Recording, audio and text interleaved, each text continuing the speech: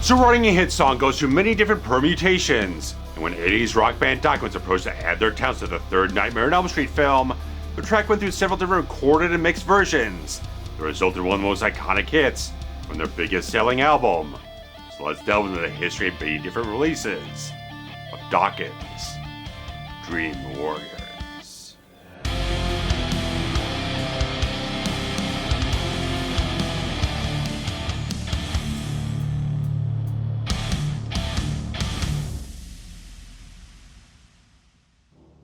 So Nightmare on Elm Street 3 Dream Warriors saw its theatrical debut on February 27, 1987, and really turned things around on this burgeoning franchise of the fairly poorly received Nightmare on Elm Street 2 Freddy's Revenge. This one garnered a whole lot more critical acclaim, bigger box office at $44 million, and pretty much has maintained itself after all these decades as the fan favorite sequel of the franchise here in 1987. It's pretty much close to that peak of that MTV pop culture marketing muscle.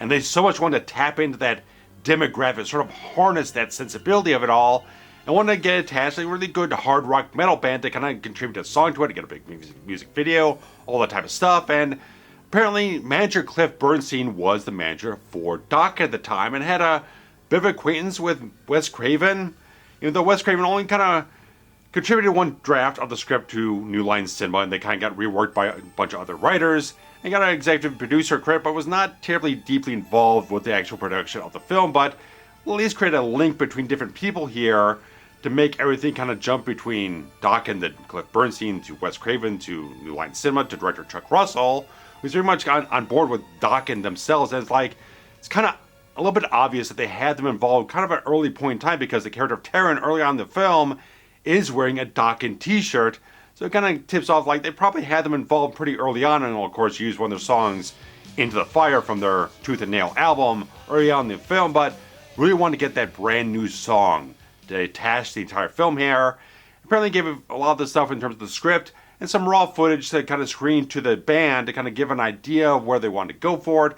Give a couple of stipulations. It's got to have the name Dream Warriors in it. It's got to have a few minor things that have something to basically do with the themes and ideas of the entire story here. So we kind of mapped out certain things here, and there were two different versions. One written by lead singer Don Dokken, and then the one that we actually got was written by guitarist George Lynch and bassist Jeff Pilson. They kind of got worked around here because there is a demo version of it that is available online with vocals from Jeff Pilson, and it's very interesting. It's a little bit of a slower tempo version of it, just slightly here, and it's got a bit of a longer extended intro overall. The entire thing with just the melodic guitar and just the kick drum, the bass drum kind of going in, lasts about a half a minute or so.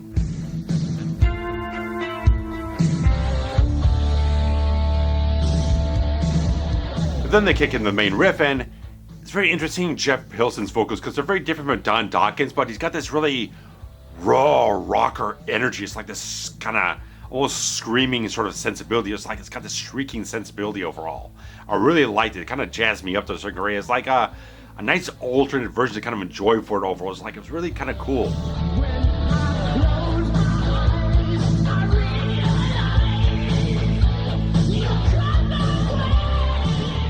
And they keep a very sort of early version of the famous George Lynch solo, just like it's right here from the very beginning. So it's like there's all the basics are really kind of planted here, and it's like very easy to kind of transition into the studio, get the professional sheen on it, and get going from there. And so the main type of thing going from that point is the fact that you have the single version being released in February of 1987, but the album it gets attached to later on, Back for the Attack, doesn't get released until November. And so this is recorded separately from the rest of the album they end up putting out. And so between the single release and the album release, it's mixed entirely differently.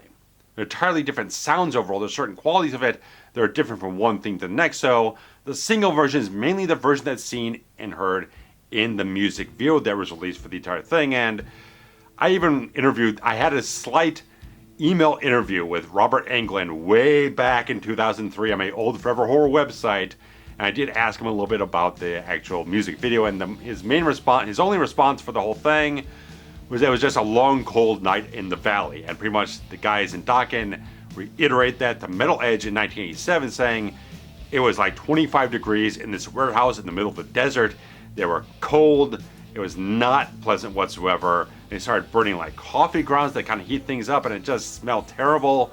It was not a good experience in terms of that from the environment, but it's one of the best music videos out there, really, from that age. Just having the fact that they integrated the band into the sets and got all the different things, with Robert Englund being involved in the whole thing, so you kind of meld it with footage for the film. So it's really very just inventive type of stuff. Overall, just a really, really strong marketing appeal. And the fact that this was the first music video ever included on any home video release.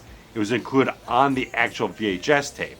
I don't know if it was actually on the Laserdisc or not, but definitely the VHS was very prominent in that regard, and they've kept that on the DVDs, on the Blu-rays, stuff going forward. So it's been a major part of being sucked to this film through every single release it's gotten in that regard. But getting up on the single release, because I actually have the cassette single version of it. And pretty much the better version is kind of get off of the vinyl, get a little bit more fidelity in that regard. And there have been a few people up on YouTube in various places kind of grabbing that off the vinyl and kind of mastering it a little bit better, cleaning up the background analog noise, stuff like that. And there has been one that I'll link below here that hopefully will stay up in that regard, but done a really fantastic job to just make it very clean, very dynamic, and very much the perfect version to get, because the single version is only available on audio cassette and vinyl. It's never gotten a CD release, never a streaming release. It's not available on any digital format whatsoever. Every single version is either the album version or the later re-recorded version from the Greatest Hits album from 2010. Now, I'll get to these in due time, but I really prefer the single release. I very much prefer that mix, which has what they call a wet mix. Much more processed sound to it, where there is more reverb, more sort of ambiance, more atmosphere to the entire thing. It's given much more of a spacious place for the instruments and all the different qualities of the entire track. They kind of breathe into a wider space in that regard. I just like the fact that it has more of that sort of sensibility of just wrapping you up in the sort of the atmosphere of the entire film here. So as a single, it can kind of stand more on its own. When you attach it onto an album later on, it kind of has to fit in with the production, the sound of everything else you have on the album there. So that's where things kind of shift off in that regard. And the actual single was mixed by different people than the actual album, but produced by the same guy, Neil Kernon. But the single actually lists the fact that he was going to produce, record, and mix it, but also was remixed by Michael Wagner for Double Trouble Productions. Now, I don't know that much of a technical audiophile type of thing to exactly explain why they have a credit for someone who mixed it and another credit for someone who remixed it. But the album version was actually mixed by Steve Thompson and Michael Barbario. And the official release date on the single was February 10th, 1987, so roughly about 2.5 weeks before the film was released, the single hit shelves, and the film was actually shot between October and November of '86, and so it was a pretty short turnaround in that regard, having the band get involved with it. You know that you have a character in the film wearing the t-shirt and stuff like that to kind of advertise the band. Recorded in January of '87, get the music video, all that type of stuff out. Pretty quick turnaround in that regard. But when it comes to November 2nd, 1987, when Back for the Attack was actually released, and so you're dealing with something that's called a dry mix. So it's much less processed, much less reverb, much more minimal in what you're doing overall, the entire thing. So it's a little bit more upfront, in your face in that regard. So it doesn't have as much space for things to breathe. There's much more closed in type of sensibility in that whole thing.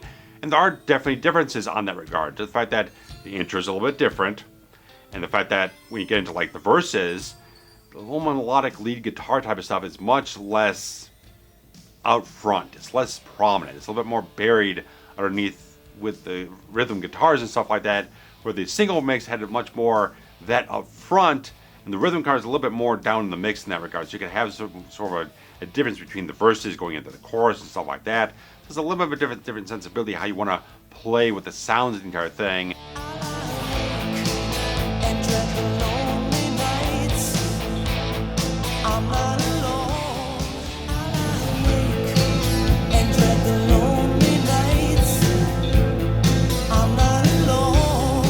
I think Don Dokken's vocals are exactly the same in both versions.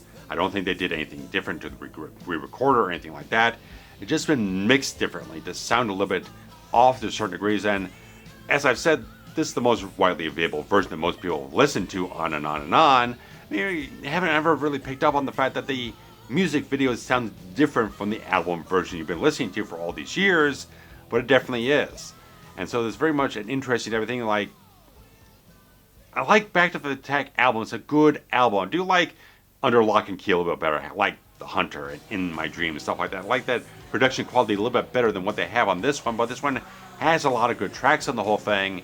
And sticking this on here was just kind of no-brainer. The fact that it was such a good hit for them, such a recognizable hit, why not put it on the album to kind of drive those sales a little bit more in that regard? Some people maybe didn't grab up the single and just listen to it on the radio or just watch the music video. Put the track on this thing right at the end of the album in that regard, so people are going to listen through the whole thing, get up the entire track at the end of it, and not be too much the wiser that they did a remixing job of the whole thing. But I just don't listen to this version anymore. I very much listen exclusively to the single mix because I just like that ambiance, the atmosphere, the mood that that version has. To add in all those different things, just how you mix this song very much changes how everything plays between different instruments, the different qualities in your thing, what it elicits, it's a mood or an emotion and whatnot. Very much type of thing, how mixers really can tweak how a song can really take on a completely different complexion based on what knobs and what dials and whatnot you're working with, what you bring up, what you bring down, how you weave the different things together in that regard. So it's such a different type of thing listening to both different versions. If you listen to all this stuff in succession, you hear a very particular sort of evolution, how the song takes on a little bit of a different sensibility as you move forward from the rough demo to a little bit more of the polished, more atmospheric single mix, the much more kind of middle of the road type of mix that they have for the actual album version. Then you get up to the 2010 Greatest Hits album where they actually re-record all their hit songs. I really couldn't sit through it. Don's vocals are not in good shape after all these years. Even looking up a couple of the live performances that are back in the late 80s, he still really couldn't hit those notes. The same notes are in the actual recorded version from the studio. He just never quite could replicate that live.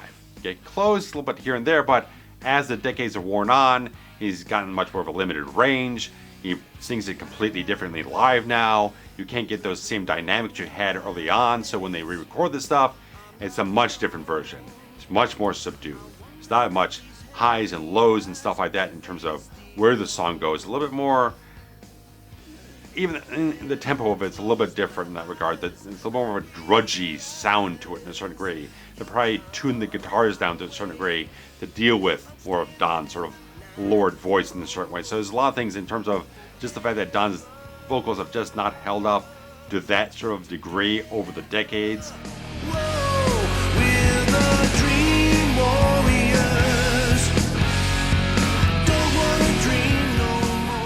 Just shows the fact that he really couldn't replicate that sound, that quality overall when you go into trying to do these re-record versions where they could regain some control over the masters they have or something else like that. It's kind of a trend at a certain point in time where a lot of these acts were going back, re-recording their old hits that kind of have a little more of a control over certain things. Maybe make that the prominent one that's on your iTunes or your Amazon Music or something else like that at the time. But now things are kind of evened out in the field, and pretty much all those main versions are out there on digital platforms except for, again, the single version has not been commercially released beyond the original analog audio formats. But as they've re-released Back for the Attack and a lot of their other albums doing remastered versions, the only thing you actually got on the remastered bonus tracks is actually the title track they left off the album Back for the Attack. Now that and Paris is Burning were both on the single release for Dream Warriors as bonus tracks, as B-sides. Those were on there. But the actual single version of Dream Warriors is not included on the remastered bonus track version. So I don't know if it's the fact that they just don't think about it anymore. They kind of forgotten the fact that they did two different mixes. I don't really know.